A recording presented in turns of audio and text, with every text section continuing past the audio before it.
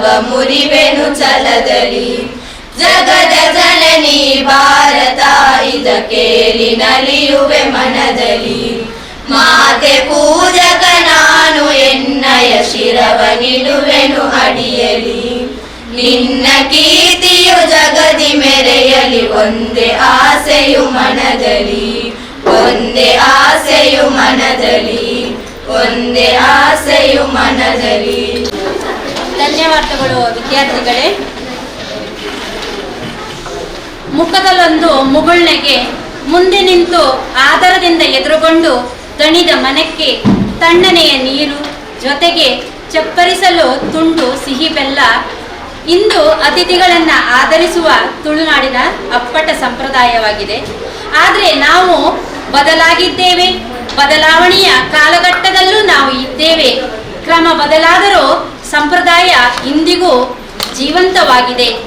ನಮ್ಮ ಮನೆಯೆಂಬ ಶಾಲೆಗೆ ಬಂದ ನಮ್ಮವರೇ ಎನ್ನುವ ಅತಿಥಿಗಳನ್ನು ನಮ್ಮ ಕುಟುಂಬದ ಸದಸ್ಯರಾದ ತಮ್ಮೆಲ್ಲರನ್ನು ಆತ್ಮೀಯವಾಗಿ ಸ್ವಾಗತಿಸಲಿದ್ದಾರೆ ನಮ್ಮ ಶಾಲಾ ಸಮಾಜ ಶಿಕ್ಷಕಿಯಾದ ಸವಸಮ ಮೇಡಮ್. ಶಾಲೆ ತಲಪಾಡಿ, ಇಲ್ಲಿ ನಾವು ಈ ದಿನದಲ್ಲಿ ಪೋಷಕರ ಒಂದು ಸಭೆ ವಿದ್ಯಾರ್ಥಿಗಳೊಂದಿಗೆ ನಾವು ಕರೆದಿದ್ದೇವೆ.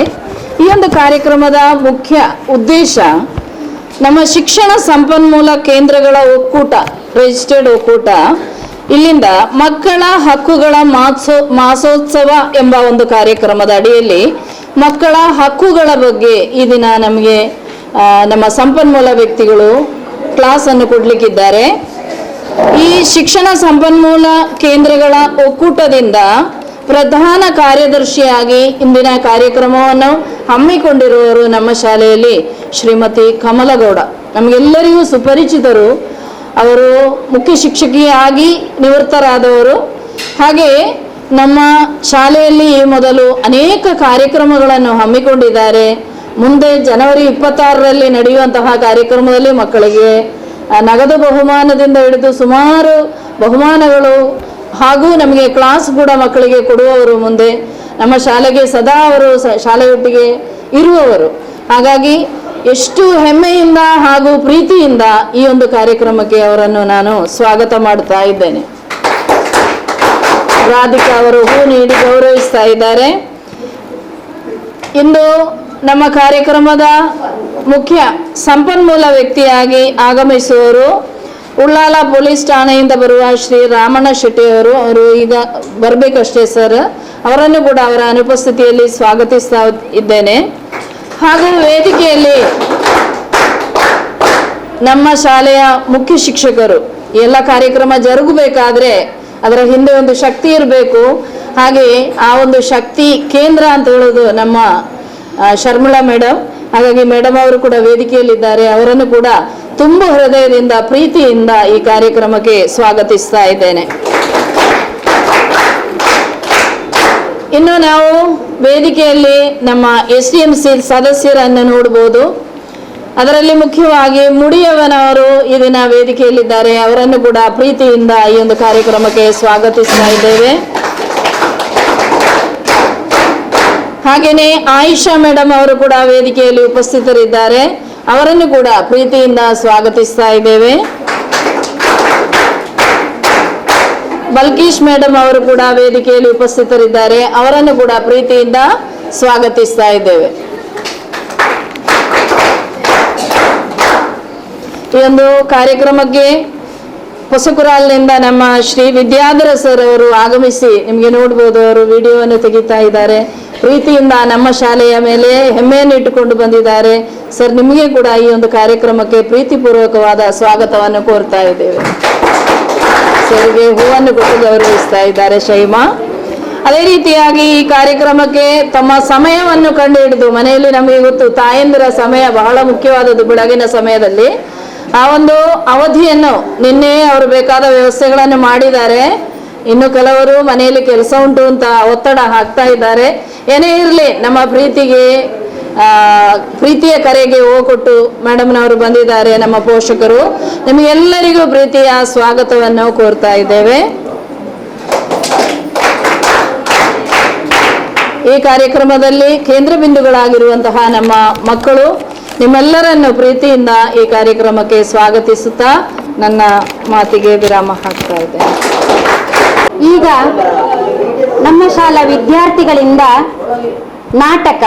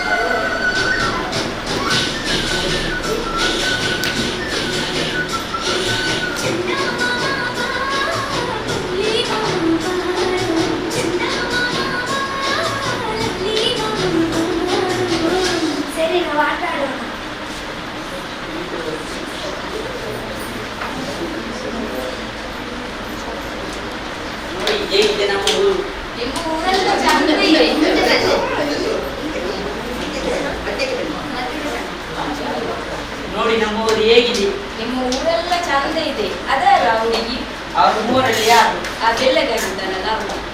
ಅವಳ ನಮ್ಮ ಶಿವಪ್ಪನ ಮಗಳು ಗೌರಿ. ಅವರನ್ನು ನೋಡುವಾಗ ನನಗೆ ಮದುವೆ ಆಗ್ಬೇಕಂತ. ಅದಕ್ಕೆ ಅವನ ಅಮ್ಮನ ಹತ್ರ ಮಾತಾಡುವ. ಸರಿ ನಾವು ಮನೆಗೆ ಹೋಗೋಣ.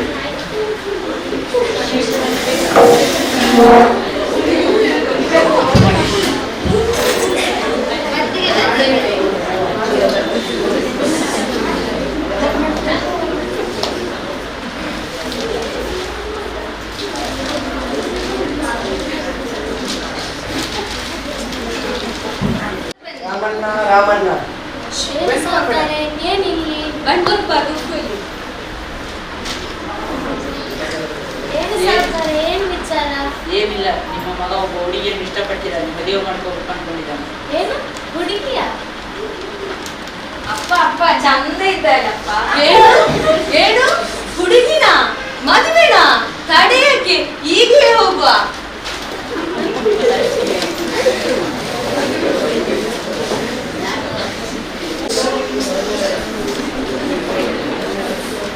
ಅಮ್ಮ ಅಮ್ಮ ನಾನು ಬಂದೆ. ಬಂದು ಯಾವಾಗ ನೋಡಿದ್ರು ಆಟ ಆಟ ಆಟ. ಒಂದು ಸೂರಾದ ಕೆಲಸ ಮಾಡ್ತೀರಾ? ಸ್ವಲ್ಪ ನೀವಾದ್ರೆ ಹೇಳಿ ಕೆಲಸ. ಅಪ್ಪ ನಾನು ದಿನಾಲು ಕೆಲಸ ಮಾಡ್ತೇನಪ್ಪ. ಆಯ್ತು, ಹೋಗು ಅಂತ ಮಾಡಿ.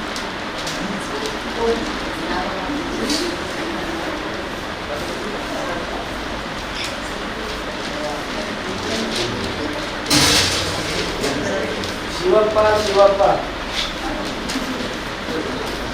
ಏನ್ ಸೌಕಾರಿ? ಏನ್ ಸೌಕಾರಿ? ಮಗಳನ್ನು ಒಬ್ಬ ಇಷ್ಟಪಟ್ಟಿದ್ದಾನೆ, ತುಂಬಾ ಶ್ರೀಮಂತರು ಅವರು. ಸೀತಾ ಸೀತಾ ಇಲ್ಲಿ ಬಾ. ಯಾರು ಬಂದಿದ್ದಾರೆ ನೋಡು. ಯಾರು ಬಂದಿದ್ದಾರೆ? ಸೌಕಾರಿ.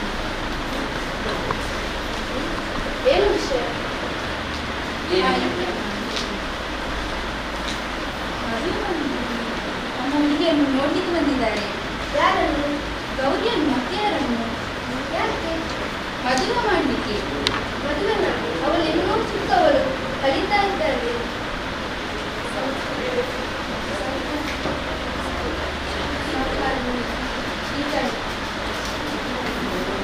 ಅವಳು ಇನ್ನೂ ಚಿಕ್ಕವಳು, ಅವಳು ಕಲಿತಾ ಇದ್ದಾಳೆ. ಅವರು ತುಂಬಾ ಶ್ರೀಮಂತ, ತುಂಬಾ ಸಂಪತ್ತಿ. ನೀವು ಕೂತು ನೋಡ್ತೀರಿ, ನೀವು ಮನಸ್ಸು ಮಾಡಿದ್ರೆ ಆಗುತ್ತೆ. ಹಾಗಾದ್ರೆ ಸರಿ.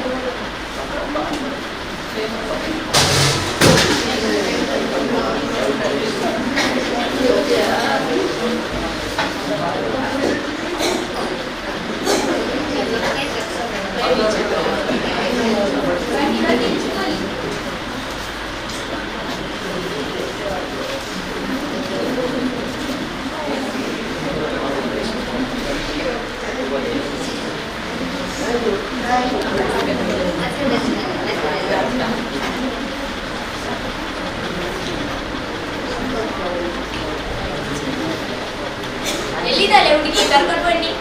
ಏನು ಅವಸರ ಇವನಿಗೆ ಹುಡುಗಿಯನ್ನು ನೋಡಲು? ಹುಡುಗಿಯನ್ನು ಕರೀರಿ.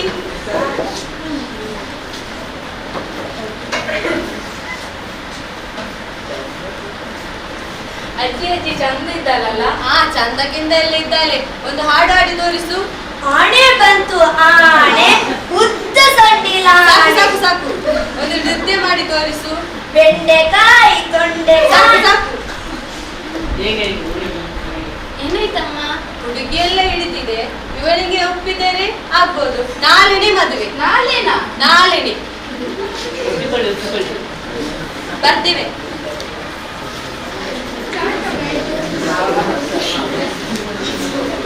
ಅಮ್ಮ ಅಮ್ಮ ನನಗೆ ಮದುವೆ ಬೇಡ. ಏನಾಗುದಿಲ್ಲ, ನಾವು ಜಾಸ್ತಿ ಸತ್ಯ ಕೊಡಿಸ್ತೀರಿ?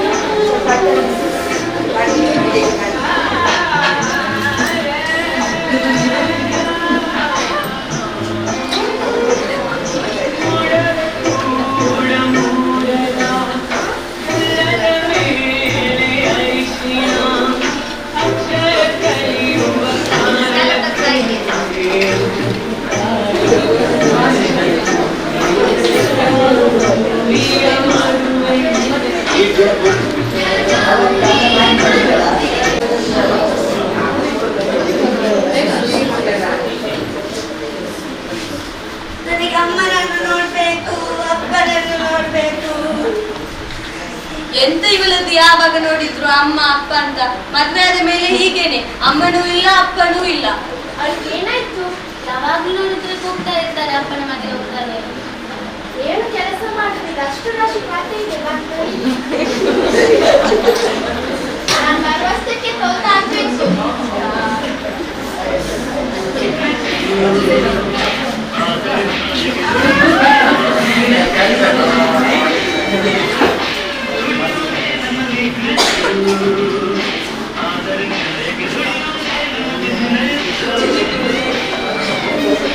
ನೋಡಿ ನೋಡಿ ನಿನ್ನ ಮಗ ಬಂದ. ಮದುವೆ ರಾತ್ರಿಯೇ ಕುಡಿದು ಬಂದ. ನಿನ್ನ ಹೆಂಡತಿಯನ್ನು ಕೂಗ್ತಾ ಇದ್ದಾರೆ, ಅಡ್ಗೆ ಕೊನೆ. ಏನು ಕರ್ಮ ನಿಮ್ದು, ಯಾವಾಗ ನೋಡಿದ್ರೆ ಕೂಗ್ತಾ ಇರುವುದು ಮಗುವ ತರ. ಸ್ವಲ್ಪ ಆಯ್ತಾ? ಬೇಗ ತಿನ್ನು.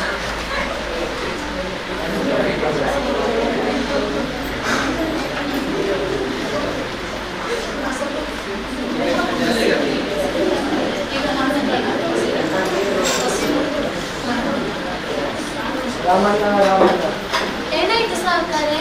ಏನಂತ ಹೇಳಿ, ಮಗನಿಗೆ ಅಪಘಾತ ಆಗಿದೆ. ಏನು ಅಪಘಾತವ? ಈ ಮೂದೇವಿ ನಮ್ಮ ಮನೆಗೆ ಬಂದದ್ದೇ ತಡ. ಅಪಶಕುನ ಅಪಶಕುನ ದಾರಿದ್ರ ಹಿಡಿದವಳು. ನಿಮ್ಮ ಮಗ ತೀರಿ ಹೋಗಿದ್ದಾನೆ. ಓ ನನ್ನ ದೇವರೇ, ಇವಳು ಎಂತ ಒಂದು ಮಾರೇರಪ್ಪ.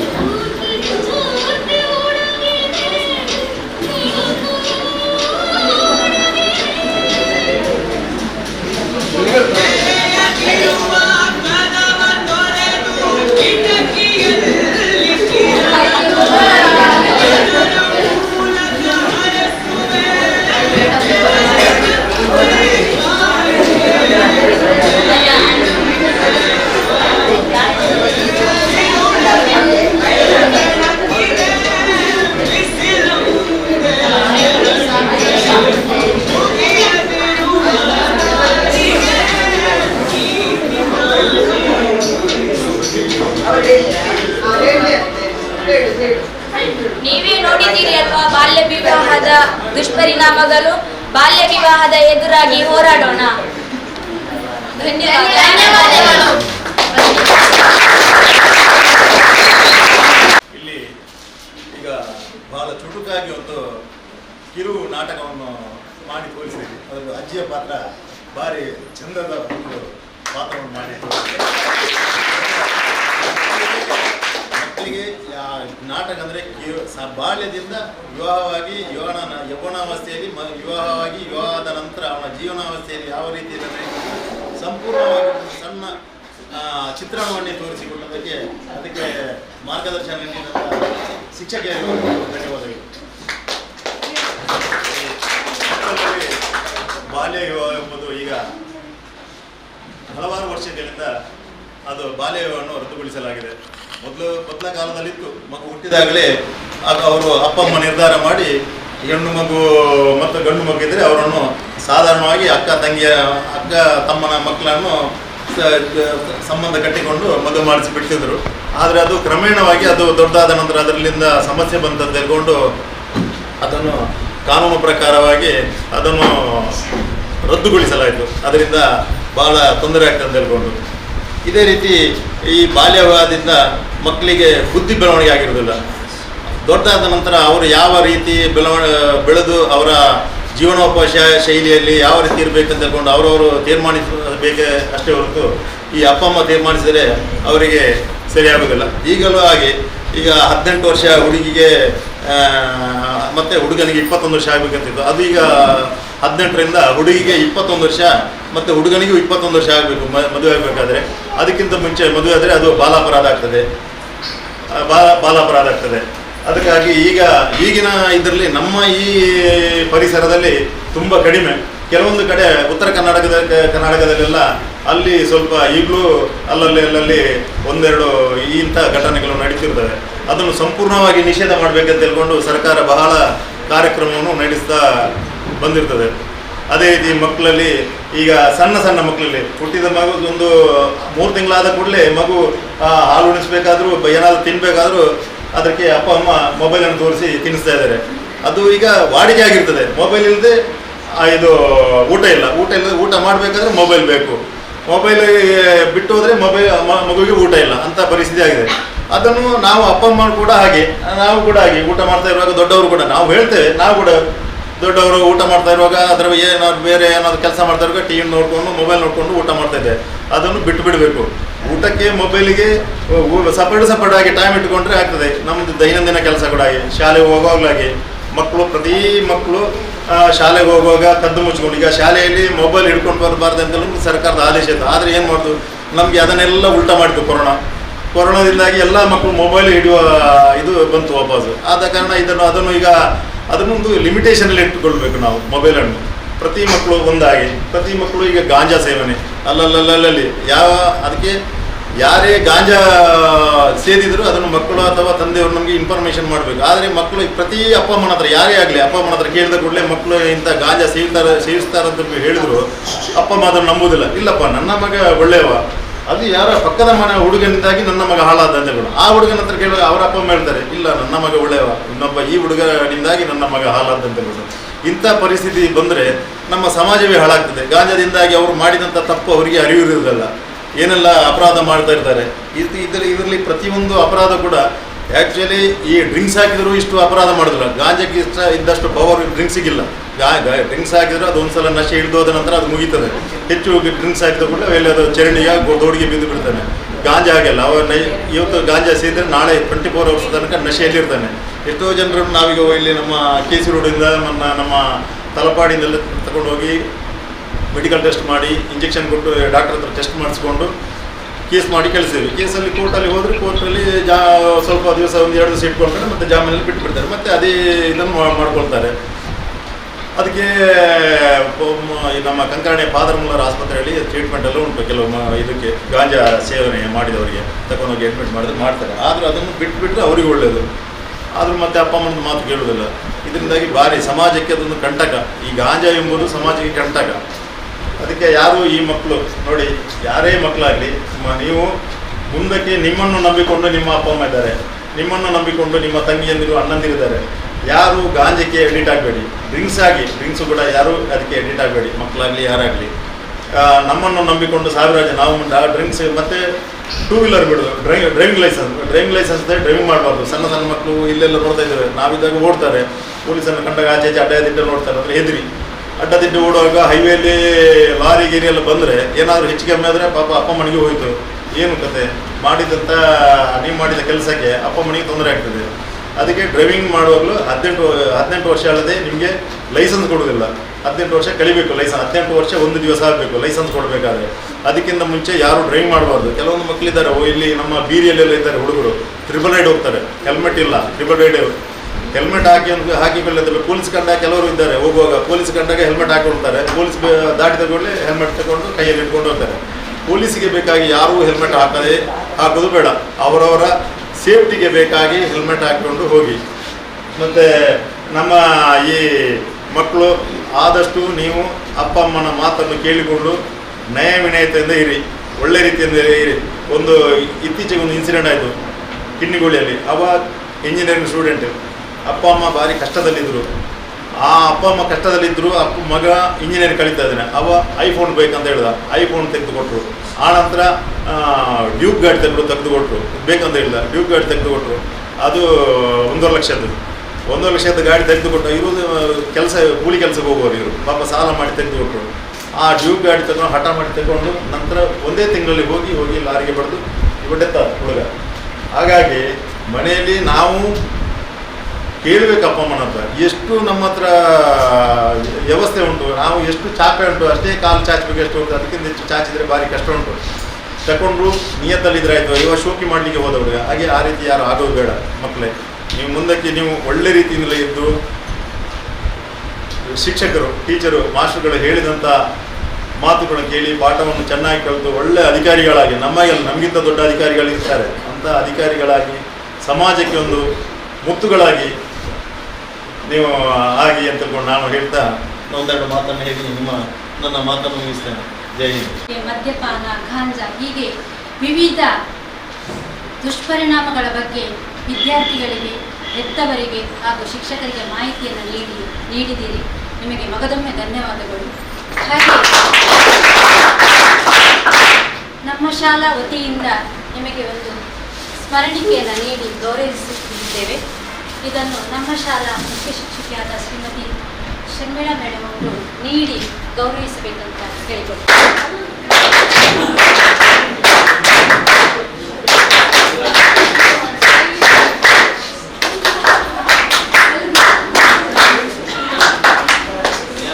ಬಹಳ ಶಾರ್ಟ್ ಪೀರಿಯಡಿನಲ್ಲಿ, ಚಿಕ್ಕದಾದ ಒಂದು ಸಮಯದಲ್ಲಿ ಚೊಕ್ಕವಾಗಿ ಆ ಬಾಲ್ಯ ವಿವಾಹವನ್ನು ಮಕ್ಕಳು ಮುಗಿಸಿದ್ದಾರೆ. ಬಾಲ್ಯ ವಿವಾಹ 94ರಲ್ಲಿ ವಿಶೇಷ ರೀತಿಯ ಒಂದು ಕಾಯ್ದೆಗೆ ಅಳವಡಿಕೆಯಾಯಿತು. ಮೊದಲೇ ಇತ್ತು, ಇದ್ದರೆ 94ರಲ್ಲಿ ವಿಶೇಷವಾದ ಒಂದು ಕಾಯ್ದೆಯನ್ನು ಸರ್ಕಾರ ಜಾರಿ ಮಾಡಿತ್ತು. 18 ವರ್ಷ ಹೆಣ್ಮಕ್ಳಿಗೆ 21 ವರ್ಷ ಗಂಡು ಮಕ್ಕಳಿಗೆ ಇದಿಲ್ಲದೆ ವಯಸ್ಸಾಗದೆ ಯಾವುದೇ ರೀತಿಯಲ್ಲಿ ಮದುವೆ ಮಾಡಬಾರ್ದು ಅಂತ. ಯಾಕೆ ಮಾಡಬಾರ್ದು ಎಂಬುದು ಇರುವಂಥದ್ದು. ಯಾಕೆ ಮಾಡಬಾರ್ದು ಅಂತ, ಆಟ ಪಾಠ ಒಂದೇ ಮಗುವಿನ ಬೆಳವಣಿಗೆ ಅಲ್ಲ. ಆ ಮಗು ಸಂಸಾರ ಮಾಡಲಿಕ್ಕೆ ಮತ್ತು ಒಬ್ಬ ಪುರುಷನ ದೇಹ ತೂಕವನ್ನು ಆ ಒಂದು ಲೈಂಗಿಕ ಕ್ರಿಯೆಯನ್ನು ಸ್ವೀಕಾರ ಮಾಡಲಿಕ್ಕೆ ಆ ಹೆಣ್ಣು ಮಗಳ ದೇಹ ಸ್ವೀಕಾರವಾಗಿರ್ಬೇಕು, ಅರ್ಹವಾಗಿರ್ಬೇಕು. ಹಾಗೆ ಒಬ್ಬ ಪುರುಷನಿಗೆ ಒಂದು ತನ್ನ ದೇಹದ ಒಂದು ಆ ಬಲವನ್ನು ಪ್ರದರ್ಶನ ಮಾಡಲಿಕ್ಕೆ, ಅಂದರೆ ಗುಪ್ತವಾಗಿ 4 ಗೋಡೆಗಳ ಮಧ್ಯೆ ಅದನ್ನು ಬಹಿರಂಗಪಡಿಸಲಿಕ್ಕೆ ಆ ದೇಹ ಸೂಕ್ತವಾಗಿರ್ಬೇಕು. ಎರಡೂ ದೇಹಗಳು ಸಮರ್ಪಕವಾಗಿದ್ದರೆ ಮಾತ್ರ ಅಲ್ಲಿ ಲೈಂಗಿಕ ಕ್ರಿಯೆ ಆಗಲಿಕ್ಕೆ ಸಾಧ್ಯ ಅಂತ ಹೇಳ್ತಾರೆ ವೈದ್ಯಕೀಯ ಲೋಕ.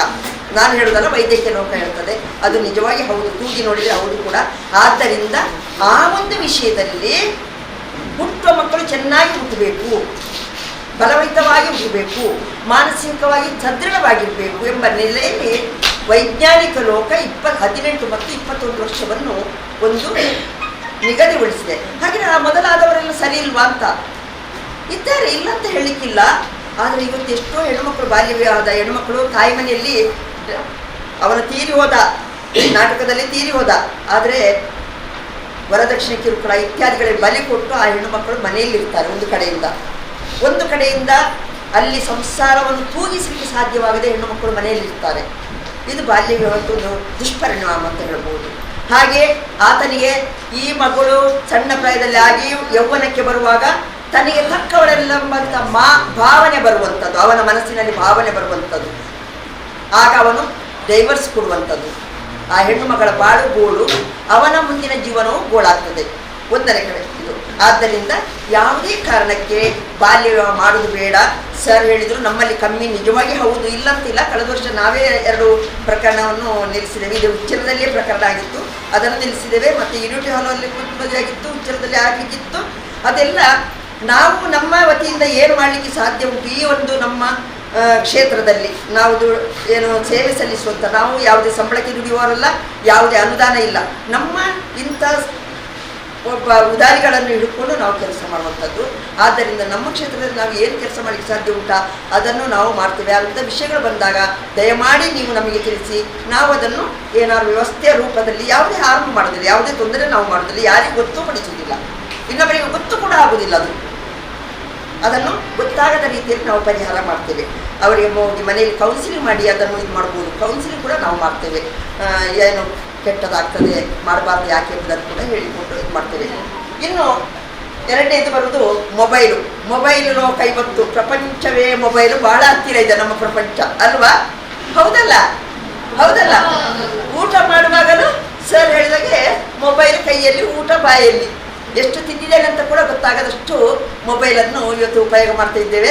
ಮಕ್ಕಳು 9 ಗಂಟೆಗೆ ಪುಸ್ತಕ ಮುಚ್ಚಿದ್ರು, ಕೋಣೆಯ ಬಾಗಿಲು ಹಾಕಿದ್ರು, 2 ಗಂಟೆ ರಾತ್ರಿವರೆಗೆ ಮೊಬೈಲ್ನಲ್ಲಿ ಚಾಟ್ ಮಾಡಿದರು. ಆಮೇಲೆ 3 ಗಂಟೆ ರಾತ್ರಿವರೆಗೆ ವಿಡಿಯೋ ಗೇಮ್ ಮಾಡಿದರು. ಆದರೆ ತಾಯಿ ತಂದೆಗೆ ಇದು ವಿಚಾರವೇ ಗೊತ್ತಿರುವುದಿಲ್ಲ, ಮಕ್ಕಳು ಏನು ಮಾಡಿದ್ದಾರೆ ಒಳಗೆ ಅಂತ. ಯಾಕೆಂದರೆ ತಾಯಿ ತಂದೆಗೆ ಪಾಪ ಹಗಲೆಲ್ಲ ಕೆಲಸ ಮಾಡ್ತಾರೆ, ರಾತ್ರಿ ನಿದ್ದೆಗೆ ಹೋಗಿರ್ತಾರೆ. ಮಕ್ಕಳು ಏನು ಮಾಡಿದ್ದಾರೆ ಅಂತಲೇ ನಮಗೆ ಗೊತ್ತಿರುವುದಿಲ್ಲ. ಹೌದಲ್ಲ? ಇವತ್ತು ನೋಡಿ, ಮಕ್ಕಳಿಗೂ ನಾನು ಹೇಳ್ತೇನೆ, ಆ ಮೊಬೈಲ್ನಲ್ಲಿ ಲಕ್ಷಾಂತರ ನೆಟ್ಟುಗಳಿವೆ, ಲಕ್ಷಾಂತರ ಕೋಟಿಗಟ್ಟಲೆ ನೆಟ್ಟುಗಳು ಅದರಲ್ಲಿದೆ. ಆ ನೆಟ್ಟುಗಳು ಎಲ್ಲೆಲ್ಲಿ ಮುಟ್ತವೆ ಅಂತ ಹೇಳಲಿಕ್ಕೆ ಸಾಧ್ಯ ಇಲ್ಲ. ಈಗ ನಾನು ಮಾತಾಡ್ತಾ ಇದ್ದೇನೆ, ಸರ್ ಅದನ್ನು ರೆಕಾರ್ಡ್ ಮಾಡಿದ್ದಾರೆ ನೋಡಿ, ಹೌದಲ್ಲ? ಇನ್ನು ಅವರನ್ನು ಪ್ರಸಾರ ಮಾಡ್ತಾರೆ. ಹೀಗೆ ಇರುವಂಥದ್ದು ಸಾವಿರಾರಲ್ಲ, ಲಕ್ಷಾಂತರ ಅಲ್ಲ, ಕೋಟಿ ನೆಟ್ಟುಗಳು ಇವತ್ತು ಅದರಲ್ಲಿ ಆ ನೆಟ್ಟರಲ್ಲಿ ತುಂಬಿಕೊಂಡು ಇವೆ. ನಾವು ಮಾತಾಡಿದ ಮಾತುಗಳು ನಾವು ಅದನ್ನು ಡಿಲೀಟ್ ಮಾಡ್ಬೋದು. ಮಕ್ಕಳೇ, ಪೇರೆಂಟಿಗೂ ಕೂಡ ಹೇಳ್ತೇನೆ, ನಾವು ಡಿಲೀಟ್ ಮಾಡ್ಬೋದು. ಡಿಲೀಟ್ ಆಯಿತು, ಇನ್ನೂ ತೊಂದರೆ ಇಲ್ಲಂತ. ಆದರೆ ಒಮ್ಮೆ ಬಿದ್ದಂಥ ವಿಷಯ ಅದರಲ್ಲಿ ಭದ್ರವಾಗಿ ಕೂತಿರ್ತದೆ. ನಾವು ಅದನ್ನು ನೆನಪಿಟ್ಕೊಳ್ಬೇಕು. ಅದನ್ನು ಬೇರೆಯವರು ಹ್ಯಾಕ್ ಮಾಡ್ತಾರೆ. ಹ್ಯಾಕ್ ಮಾಡಿದ್ದನ್ನು ಅವರಲ್ಲಿ ಅದನ್ನು ಸ್ಟೋರ್ ಮಾಡಿಕೊಳ್ತಾರೆ. ಸ್ಟೋರ್ ಮಾಡಿಕೊಂಡು ಒಂದು ನಮ್ಮ ಮಗು ಚಾಟ್ ಮಾಡಿದೆ ಅಂತ ಇಟ್ಕೊಳ್ಳುವ, ಒಬ್ಬ ಹುಡುಗನ ಹತ್ರ ಒಂದು ಹುಡುಗಿ ಹತ್ರ ಚಾಟ್ ಮಾಡಿದ್ದಾರೆ. ಅದರಲ್ಲಿ ಬೇಡವಾದ ವಿಷಯಗಳೇನಾದರೂ ಇದ್ದರೆ ಅದನ್ನೇ ಅವರು ರಿಸೀವ್ ಮಾಡಿಕೊಂಡು ಸ್ಟೋರ್ ಮಾಡ್ತಾರೆ. ಆ ಸ್ಟೋರನ್ನು ಮತ್ತೆ ನಿಮಗೆ ಕಳಿಸಿಕೊಟ್ಟು ನೋಡಿ ಹೀಗೆ ಹಾಗೆ ಹೀಗೆ ಅಂತ ಹೇಳ್ಕೊಂಡು ನಮ್ಮನ್ನು ಸುಲಿಗೆ ಮಾಡಲಿಕ್ಕೆ ಶುರು ಮಾಡ್ತಾರೆ ಒಂದು ಕಡೆಯಿಂದ. ಇನ್ನು ಹಣದ ವಿಚಾರ ಬಂದಾಗಲೂ ಹಾಗೆ. ಎಲ್ಲ ಪ್ರತಿ ಒಂದು ಅದರಲ್ಲಿ ಹೈಡ್ ಅಂತ ಹೇಳ್ತಾರೆ, ಅದು ಒಳಗಿರ್ತದೆ. ನಾನು ಸ್ವಲ್ಪ ಅದನ್ನು ತಂದು ಒಂದು ಚಾರ್ಟ್ ಹೊರಗೆ ಹಾಕಿದ್ದೇನೆ, ಹೇಗೆಲ್ಲ ನೆಟ್ಟು ಹೋಗ್ತದೆ, ಯಾವುದರ ಮೂಲಕ ಎಲ್ಲ ಹೋಗ್ತದೆ ಅಂತ. ಫೇಸ್ಬುಕ್ ಇರ್ಬೋದು, ಇನ್ನು ಇನ್ಸ್ಟಾಗ್ರಾಮ್ ಇರ್ಬೋದು, ವಾಟ್ಸಪ್ ಇರ್ಬೋದು, ಜಾಗೃತಿಯಾಗಿ ಬಳಸ್ಕೊಳ್ಬೇಕು. ಎಷ್ಟು ಯಾವುದಕ್ಕೆ ಬೇಕೋ ಅಷ್ಟಕ್ಕೆ ಮಾತ್ರ ಬಳಸ್ಕೊಳ್ಬೇಕು. ಇವತ್ತು ನಮ್ಮಿಂದ ನಮ್ಮ ಮಕ್ಕಳು ಬಹಳ ಮುಂದೆ ಇದ್ದಾರೆ ಈ ವಿಷಯದಲ್ಲಿ. ನಾವು ಕೂಡ ಅಲ್ಲ, ನನ್ನ ಮಕ್ಕಳು ಬಹಳಷ್ಟು ಮುಂದೆ ಅಂದರೆ ನನಗೆ ಅವ್ರ ಕಣ್ಣಿನ ಅಳತೆಗೆ ಸಿಗಲಿಕ್ಕಿಲ್ಲ, ಅಷ್ಟು ದೂರದಲ್ಲಿದ್ದಾರೆ. ಯಾವುದರಲ್ಲಿ? ಈ ಮೊಬೈಲ್ನ ವಿಚಾರದಲ್ಲಿ. ನಾನು ಇನ್ನೂ ಕೂಡ ನೀರಿನ ಅಡಿಯಲ್ಲಿ ಒಂದು 8 ಫೀಟ್ ಅಡಿಯಲ್ಲೇ ಇದ್ದೇನೆ. ಅಂದರೆ ಅಷ್ಟು ಮುಂದೆ ಇವತ್ತು ಮಕ್ಕಳಿದ್ದಾರೆ. ಆದರೆ ಮಕ್ಕಳು ಒಳ್ಳೆಯದಕ್ಕೆ ಬಳಸ್ತಾರಾ, ಬೇರೆ ವಿಷಯದಲ್ಲಿ ಬಳಸ್ತಾರೆ ಎಂಬುದನ್ನು ನಾವು ಸೂಕ್ಷ್ಮವಾಗಿ ಅವರ ಹತ್ರ ಕೇಳಬೇಕು.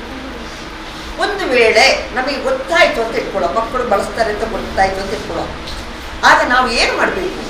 ಹೆತ್ತವರು ನಾವು ಏನು ಮಾಡಬೇಕು ಹೇಳಿ? ಏನು ಮಾಡಬೇಕಮ್ಮ?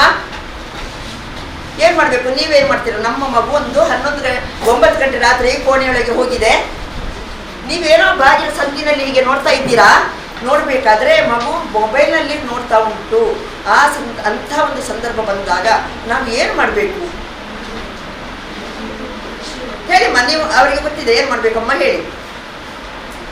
ಏನು ಮಾಡ್ಬೋದು? ನಾವು ಏನು ಮಾಡ್ಬೋದು? ಮೊಬೈಲ್ ಕೊಡಬಾರ್ದು. ಅವರಿಗೆ ಪಾಠ ಕಲೀಲಿಕ್ಕಿದೆ, ಮೊಬೈಲ್ನಲ್ಲಿ ಕೆಲವೊಂದು ಪಾಠದ ವಿಷಯಗಳೆಲ್ಲ ಬರ್ತವೆ. ಏನು ಮಾಡ್ತೀರಿ ಆಗ? ಅವ್ರ ಮಗು ಹೇಳ್ತದೆ, ಅದು ಪಾಠದ ಬಂದಿದೆ, ಇಂಟರ್ನೆಟ್ ನಾನು ಓದ್ತಾ ಇದ್ದೇನೆ, ಇಂಟರ್ನೆಟ್ ಲೈಬ್ರರಿ ಸಿಗ್ತದೆ, ಆ ಲೈಬ್ರರಿ ನನಗೆ ಬೇಕಾದ ಭಾಷಣ ಸ್ಪರ್ಧೆ ಬೇಕಾದ ವಿಷಯ ಉಂಟು, ನಾನು ಓದ್ತಾ ಇದ್ದೇನೆ ಅಂತ ಹೇಳಿದ್ರೆ ನೀವೇನು ಮಾಡ್ತೀರಾ?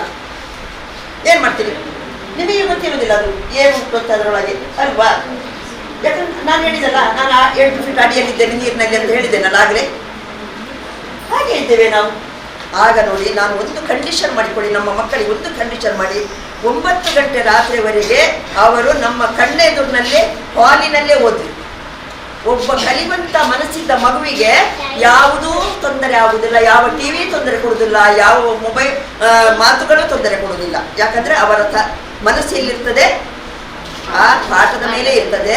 ಆದ್ದರಿಂದ 9 ಗಂಟೆ ನಂತರ ಆ ಮಕ್ಕಳಿಗೆ ಮೊಬೈಲ್ ಕೊಡಬೇಡಿ. ಇವತ್ತು ಮಕ್ಕಳು ಟಿವಿ ನೋಡೋದೇ ಇಲ್ಲ, ಮೊಬೈಲನ್ನು ನೋಡ್ತಾ ಇದ್ದಾರೆ, ಅಲ್ವಾ? ಹೌದಲ್ಲ ಹೇಳಿ? ಟಿವಿ ಅವರಿಗೆ ಬೇಡವೇ ಬೇಡ. ಟಿವಿ ನಮಗೆ ಹೆಂಗಸರಿಗೆ ಮಾತ್ರ ಬೇಕಾದ್ರು ಸೀರಿಯಲ್ ನೋಡಲಿಕ್ಕೆ, ಮಕ್ಕಳಿಗೆ ಮೊಬೈಲ್ ಬೇಕಾದ್ರೆ 9 ಗಂಟೆ ನಂತರ ನೀವು ಕೊಡಬೇಡಿ.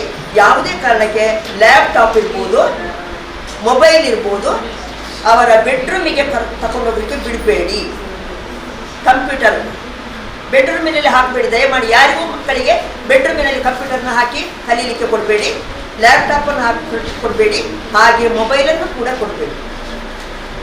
ಇದು ನೀವು ನಿಮ್ಮ ಮಕ್ಕಳಿಗೆ ಮಾಡಿಕೊಡಿ. ಒಂದು ವೇಳೆ ಮಗು ನೋಡಿದ ಅದು ಕೂಡ ದಯಮಾಡಿ ಆ ಮಕ್ಕಳಿಗೆ ಹೊಡೆಯುವುದು ಬಡಿಯುವುದು ಮಾಡಬೇಡಿ. ಅವರಿಗೆ ಸ್ವಲ್ಪ ತಿಳುವಳಿಕೆ ಹೇಳಿ ಸಮಾಧಾನ ಮಾಡಿ ಅದನ್ನು ನೀವು ಹೊರಗೆ ಇಟ್ಕೊಳ್ಳಿ. ನೀವೇ ಚಾರ್ಜ್ ಮಾಡಿಕೊಡಬೇಡಿ. ಯಾವುದೇ ಮಗುವಿಗೆ ಪೀಸಿದ ನಂತರದ ಮಕ್ಕಳು ಬೇಕಾದರೆ ಅಲ್ಲಿ ಕ್ಲಾಸಿನಲ್ಲಿ ಕೂಡ ಮೊಬೈಲ್ನಲ್ಲಿ ಅವರು ವಿಷಯವನ್ನು ಕಲಿತಾರೆ. ಅದರ ಒಳಗಿನ ಮಕ್ಕಳಿಗೆ ಡಿಗ್ರಿಯ ಒಳಗಿನ ಮಕ್ಕಳಿಗೆ ಅಂದರೆ PUC ವರೆಗಿನ ಮಕ್ಕಳಿಗೆ ಶಾಲೆಗೆ ಮೊಬೈಲ್ ಕೊಡಬೇಡಿ. ಅವಶ್ಯಕತೆ ಇಲ್ಲ. ಎಲ್ಲ ನೋಟ್ಸುಗಳನ್ನು ಶಿಕ್ಷಕರೇ ಕೊಡ್ತಾರೆ, ಎಲ್ಲ ಪಾಠಗಳನ್ನು ಶಿಕ್ಷಕರೇ ಮಾಡ್ತಾರೆ. ಆದ್ದರಿಂದ ಅಲ್ಲಿ ಮೊಬೈಲ್ನ ಅವಶ್ಯಕತೆ ಇರುವುದೇ ಇಲ್ಲ, ನೆನ್ಪಿಟ್ಕೊಳ್ಳೋ ನಾವು. ಇನ್ನು ಮೊಬೈಲ್ನ ವಿಷಯದಲ್ಲಿ ಆದ್ದರಿಂದ ಮೊಬೈಲು ಜಾಗ್ರತೆಯಾಗಿ ಉಪಯೋಗಿಸಿ. ಇನ್ನು ಮಾದಕ ದ್ರವ್ಯ ಅಂತ ಬರ್ತದೆ. ಏನು ಡ್ರಗ್ಸ್ ಅಂತ ಹೇಳೋದು ಕೇಳಿದ್ದೀರಾ ನೀವು?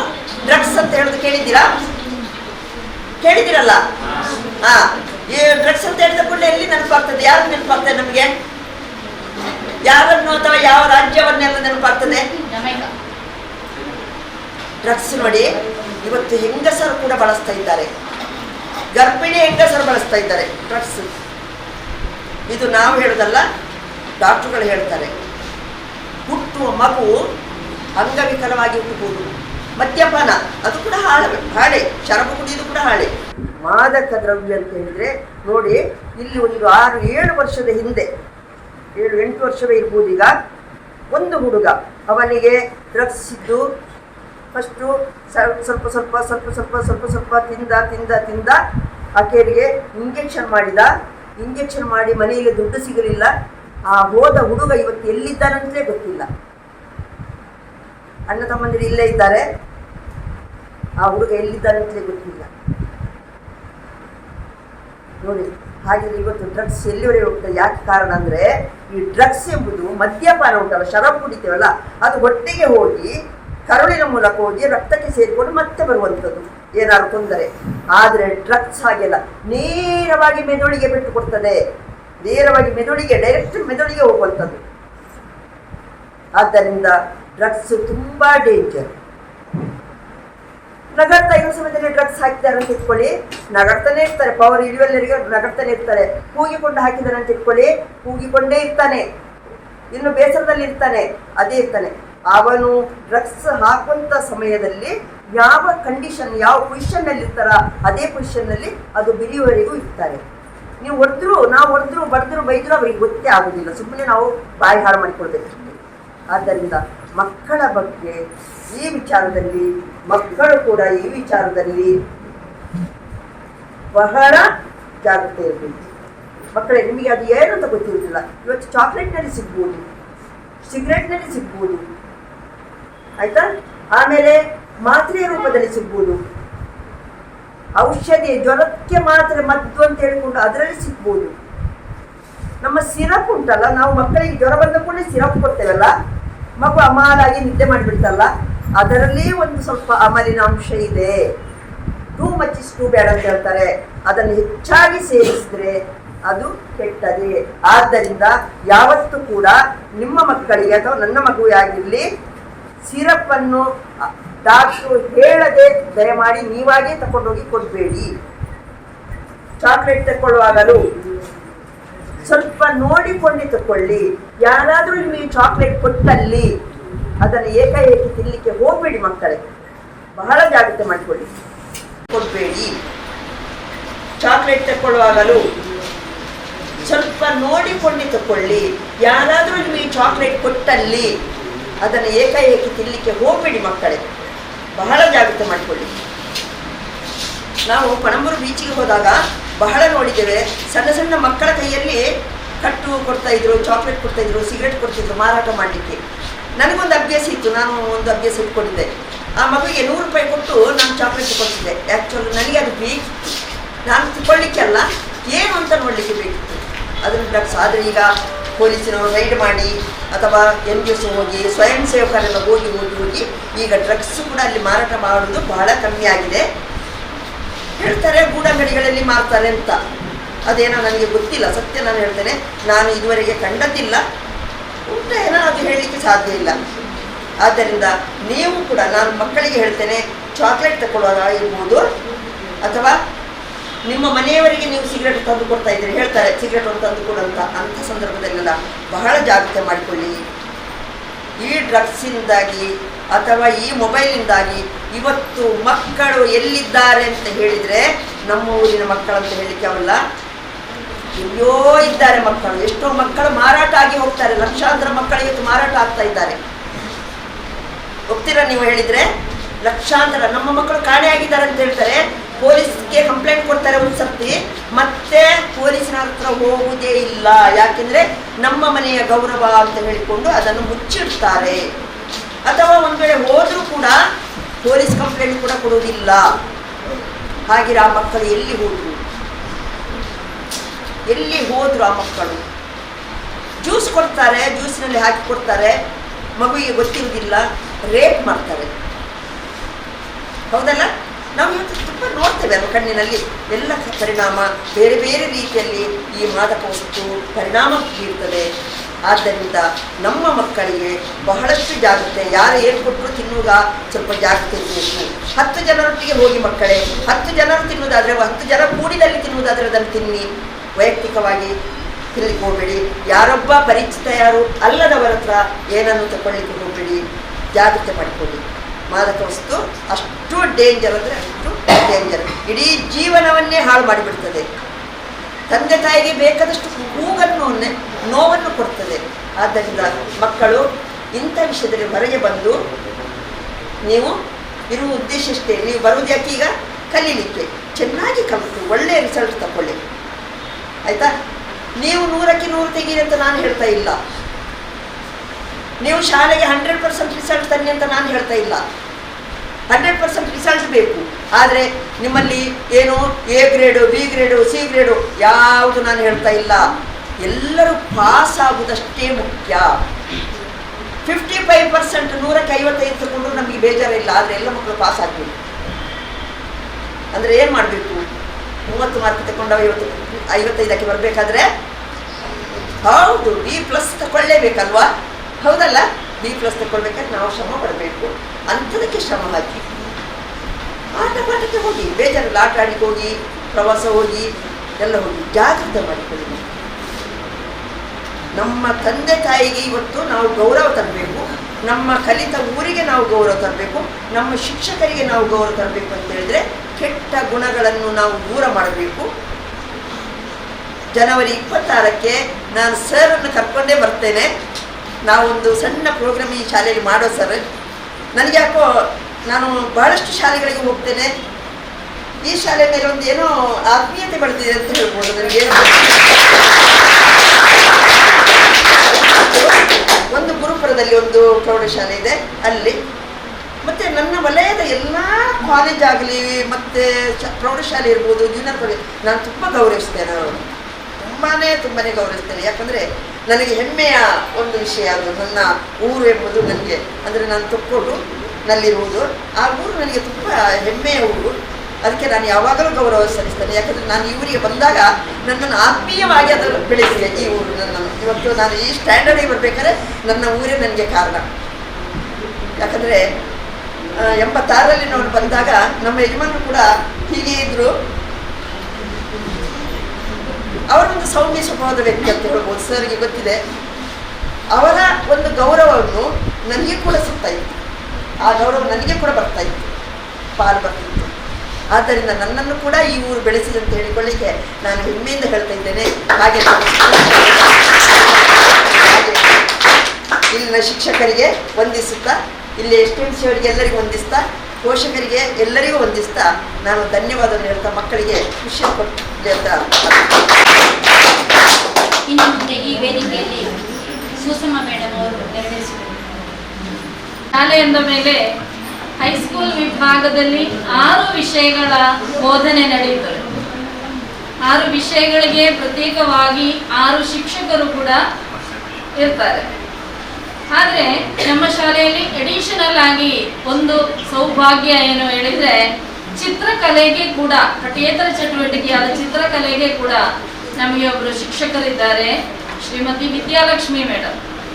ಅವರು ನಮ್ಮ 6 ಶಿಕ್ಷಕರು ತಮ್ಮ ಪಾಠಗಳಲ್ಲಿ ಹೈಯೆಸ್ಟ್ ಮಾರ್ಕ್ ಮಕ್ಕಳು ಬರಬೇಕು ಅಂತ ಹೇಳಿ ತುಂಬ ಸತತ ಪ್ರಯತ್ನ ಮಾಡುವ ಹಾಗೆ ಅವರು ಕೂಡ ಅವರ ಡ್ರಾಯಿಂಗ್ ಪೀರಿಯಡ್ನಲ್ಲಿ ಮಕ್ಕಳನ್ನು ಪೂರ್ಣವಾಗಿ ತೊಡಗಿಸಿಕೊಂಡು, ನಾನು ನೋಡಿದ ಹಾಗೆ ಅವರು ಶಾಲೆ ಅವಧಿ ಮುಗಿದ ಮೇಲೆ 5 ಗಂಟೆ 6 ಗಂಟೆ, ನಮ್ಮ ಶಾಲೆ 4 ಗಂಟೆ ಅಷ್ಟೊತ್ತಿಗೆ ಮುಗಿಯುತ್ತದೆ, ಆದರೂ ಅವರು 5:30 6 ಗಂಟೆಯವರೆಗೆ ಮಕ್ಕಳನ್ನು ಕೂತುಳಿಸಿ ಅವರಿಗೆ ಟ್ರೈನಿಂಗ್ ಕೊಡುವಂತಹ ಒಂದು ಕಾರ್ಯಕ್ರಮವನ್ನು ನಾನು ನೋಡಿದ್ದೇನೆ.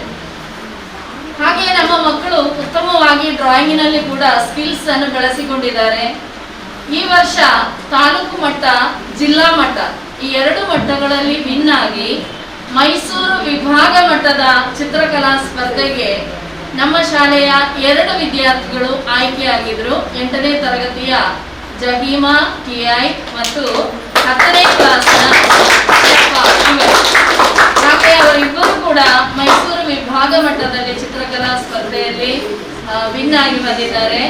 ಸರ್ ರಾಮಣ್ಣ ಶೆಟ್ಟಿ ಸರ್ ಅವರು ಜಹೀಮಾ TI ಅವರಿಗೆ ಈ ಒಂದು ಸರ್ಟಿಫಿಕೇಟ್ ಕೊಟ್ಟು ಗೌರವಿಸಬೇಕಾಗಿದ್ದಾರೆ.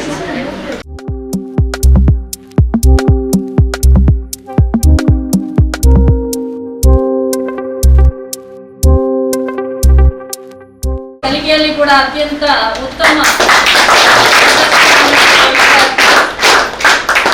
ಉಜ್ವಲ ಭವಿಷ್ಯವನ್ನು ಹಾರೈಸ್ತೇವೆ ಜಹೀಮ್ ಅವರಿಗೆ. ಈ ದಿನ ಫಾತಿಮಾ ಶಫಾ ಅವರು ಆಬ್ಸೆಂಟ್ ಇದ್ದಾರೆ, ಹಾಗಾಗಿ ಅವರು ಸರ್ಟಿಫಿಕೇಟ್ ಇಟ್ಕೊಳ್ತೇವೆ. ಇನ್ನೊಂದು ಸಂತೋಷದ ವಿಷಯ ಏನು ಅಂತ ಹೇಳಿದ್ರೆ, ನಮ್ಮ ಜಹೀಮಾ ರಾಜ್ಯ ಮಟ್ಟಕ್ಕೆ ಪುನಃ ಮೈಸೂರಿನಿಂದ ಆಯ್ಕೆಯಾಗಿದೆ. ಅಭಿನಂದನಾ ಪತ್ರವನ್ನು ಕೊಟ್ಟಿದ್ದಾರೆ, ಅದನ್ನು ಕೂಡ ಕೊಡಬೇಕಾಗಿ